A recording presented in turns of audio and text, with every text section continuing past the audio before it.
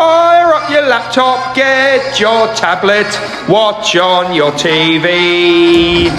Get yourself comfy, this could take a while, make a cup of tea. There'll be songs, there'll be smiles, you might hear a story. Tell your family, get your friends round for a Stukeley assembly.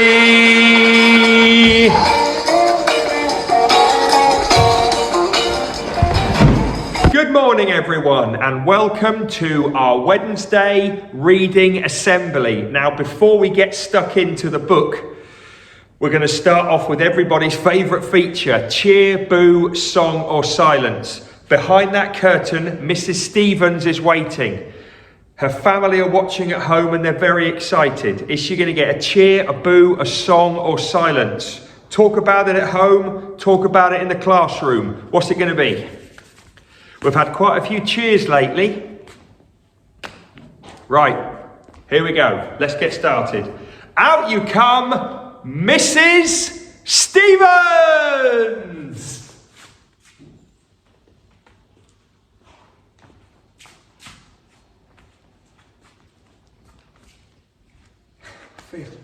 I always feel awful. Stop laughing. I always feel dreadful, but it is what it is. You pick the card, you follow it through. Let's get the book out. Whoa! That is a risk that you take with cheer, boo, song or silence. Anything can happen. And Mrs. Stevens chose the card that said silence, and I had no choice. Sorry. Okay, for each other we, every day we, to improve we, together we will, every single Stukeley day we focus on. Our Stukeley motto is, our Stukeley curriculum is, 4 words that made the magic happen. Yes. Welcome to Wednesday's reading assembly. Let's start off with a Jane Austen challenge. You don't need a pencil, you don't need paper, you just need your short-term, long-term memories. Right, in your homes and in your classrooms, I'm going to ask a question. You are allowed to say the answer out loud. Sorry teachers, sorry families, just let the children go for it. Come on, it's Wednesday. Right, who can say out loud, in which year was Jane Austen born? Yes, 1775, well done. Were they Victorian times? I realise that if nobody's calling out, I look like I've got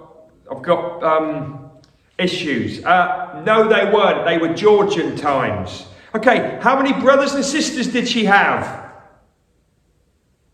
Yes, it was 7. Was she famous in her lifetime? No, she wasn't, because ladies didn't usually write books and they were too embarrassed to say if they did. So her name was not on the front of the books. After she died, she became famous. Tough one, this one. Charles Dickens wrote a lot about poverty. He wrote about rich and poor. What did Jane Austen's books have as a theme? What did she write about? That's right, she wrote about the gentry, the landowners. You might call them posh people. Okay, final question.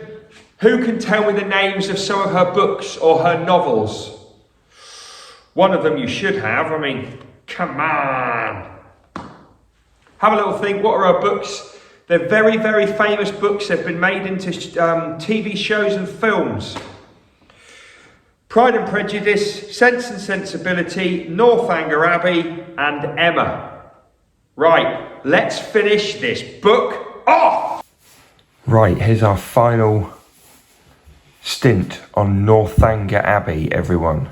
Now, I'm reading this last section while my family are asleep, and I can't get the phone holder or the phone stand that I normally use. I also can't have the lights on because there's too much shadow. And I've currently got my phone resting on a plate rack and 2 old Easter egg boxes. So this is all a bit weird, but we're going to get through it. Catherine Morland ended up in General Tilney's house.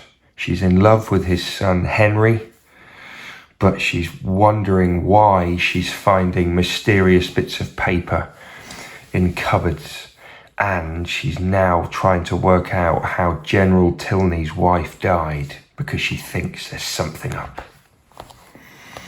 And we finished with Catherine began to feel a terrified dislike towards General Tilney. Why could he not bear his wife's portrait in his room? How had she died?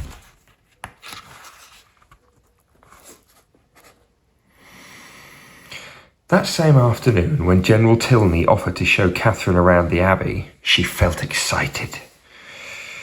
The general led her and Eleanor around the modern part of the abbey. It was furnished with great taste and looked very expensive. The general listed all the people he'd had at the abbey and hoped that one day Catherine and her family would also be coming. They carried on their tour through many rooms and got to the end of a long gallery. Eleanor, the sister, was about to open the door when her father said, "Stop, Eleanor. Miss Morland has seen enough." Eleanor quickly allowed the door to close.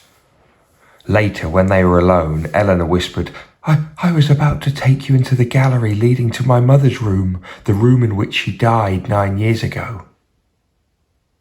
"Were you with her when she died?" asked Catherine. "No," sighed Eleanor. "I was away. It was a short and sudden illness." Catherine's blood ran cold with horrid thoughts. Was it possible? Could Henry's father? She determined to explore for herself the forbidden corridor and the room of death. Perhaps Mrs. Tilney was not dead, but she was kept a prisoner by her cruel husband. His behaviour certainly suggested a mind and spirit ill at ease.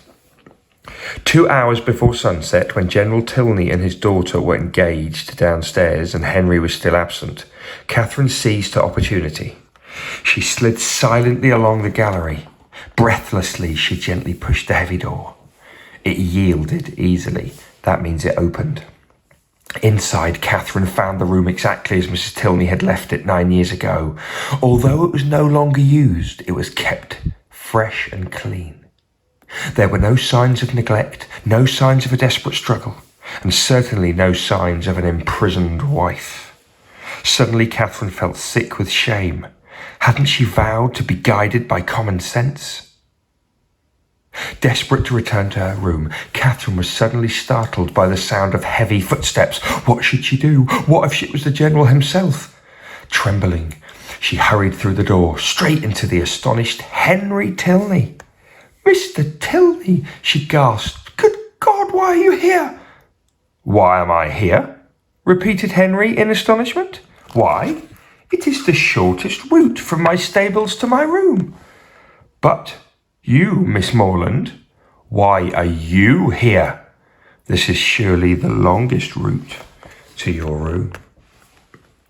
Catherine looked down at her feet. "I have been to see your mother's room," she confessed, "because your father did not show me." "How did your mother die?" Watching the shame and curiosity on Catherine's face, Henry guessed her thoughts. "The world never saw a better woman than my mother," he said to Catherine. "My father was not the easiest husband, but he valued her. He and I stayed by her bedside throughout her final illness. He called many surgeons, but none of them could save her. Miss Morland, consider your dreadful suspicions. I was with her when she died." Oh! Covering her face with shame, Catherine ran to her room in tears. She hated herself and those silly books that she read for putting such silly thoughts into her head. Surely all had been lost now with Henry. She had fallen in love with him, and now she was going to lose him because of her suspicions. At breakfast the following morning, Henry understood that poor Catherine needed some comfort. He treated her with gentleness and kindness. Catherine was grateful for this attention and cheered up a little more when Eleanor handed her an envelope addressed to her, and it had her brother James's handwriting on. However, Henry and Eleanor saw the blood drain from her face as she read the first sentence. "Oh no, poor James," she exclaimed. Tears filled her eyes and ran down her cheeks. "All is over between James and Isabella," she explained, before reading on through her sobs. It seemed that James had not thought of Isabella would betray him, but when she discovered that the Morland family did not have much money and were not as wealthy as she thought, she left James and went on to marry a wealthier gentleman. James was heartbroken. Watching Catherine's tears, Henry started to feel warmer about her once again. General Tilney saw this and sat in silence. He then opened a letter of his own. He read its contents, folded it, and thrust it into his pocket. He banged his fist upon the table, stood up angrily, and marched out of the room. The others stared after him in frightened wonder. After breakfast, Henry once again had to leave on business. He would be away for several days. As Eleanor had been called away by her father, Catherine was left on her own to read her brother's letter. How had she misread Isabella? Although stern, General Tilney was not a murderer. The cabinet did not contain any secrets, and Isabella was a superficial and false friend. "I have been such an idiot," she exclaimed. When the door softly opened and Eleanor, pale and trembling, stepped into the room, Catherine stared in surprise. "My dear Catherine," Eleanor's voice faltered, and she stared at the ground. I am a most unwilling messenger. My father says that you must leave Northanger Abbey within the next hour. Your carriage is already ordered." Catherine gasped. "Have I offended the General?" "I don't know why he's so angry." "Oh, Catherine, being the messenger, I seem guilty of the insult, but you know enough of my father to understand I am powerless. You must allow me to help you pack." And so it was 1 hour later that she left Northanger Abbey in sorrow and shame.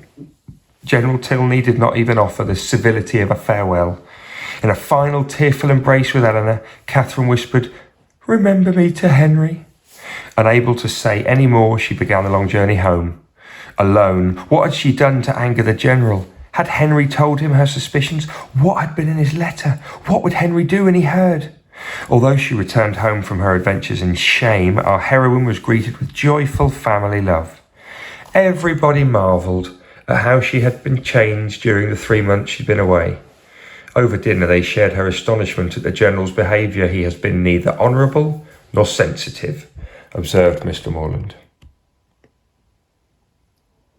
"He must have been a very strange man." "Never mind," said her mother. "We must live and learn." In spite of the comfort of our family's love and common sense, Catherine's spirits were low. For a week she was unable to concentrate and play with her younger brothers and sisters. One afternoon a knock came on the door. "Oh, it must be General Tilney come to speak to me once more." But it was not. It was Henry. "Henry!" shouted Catherine, running down the stairs to meet him. Her and Henry went for a walk, and in a flutter of happiness, Catherine agreed to become Henry's wife.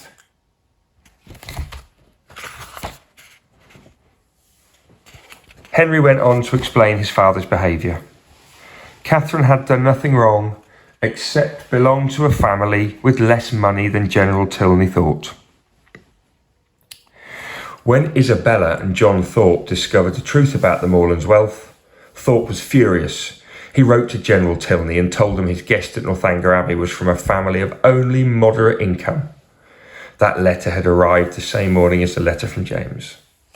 Catherine's explanation had confirmed the comments. Furious General Tilney sent Catherine home. Reader, I must now leave you to decide how long the happy couple had to wait until they were able to marry. I leave it to you to imagine the happiness of Eleanor and Catherine when they became sisters-in-law as well as friends. Finally, I leave it to you to decide how happily our hero and heroine lived ever after. If Catherine and Henry do not conform to your usual expectations of a hero and a heroine, I make no apology. Instead, all the credit of a wild and original imagination must be my own. And that is the end of the story. And just while we finish, let me show you what I was actually using. So I had the phone sat on a plate rack and then 2 Easter egg boxes. What a setup. What a book. Not my favourite, I'll be honest. I think I preferred the Charles Dickens style of writing to Jane Austen, but I still enjoyed it and I'm glad we gave it a go. Don't forget, this is not the full book. This is an abridged version, a shorter version of Northanger Abbey. And if you enjoyed that, I have got the shorter versions, I've got the abridged versions of some of her other stories. I probably won't be reading them in our Stukeley assemblies. I'm going to do something a bit different next week. But do come and see me or email me if you'd like to borrow some of her other versions. Right, we're done. Haven't got any shout outs for today about children and families. So I'm going to say, get ready for tomorrow. Singing assembly with Mrs. Nightingale, and I know she's going to be asking for a favour from the Stukeley community. And then Friday, oh my goodness me, we've had lots of sharing. We've had daring, we've had staring, we've had scaring, and we've had chairing. On Friday, everybody, it's repairing assembly. Yes, it is. And I'm going to need some Stukeley staff to help me. Watch this space. Have a great day. Fire up your laptop, get your tablet, watch on your TV. Get yourself comfy, this could take a while. Make a cup of tea. There'll be songs, there'll be smiles. You might hear a story. Tell your family, get your friends round for a Stukeley assembly.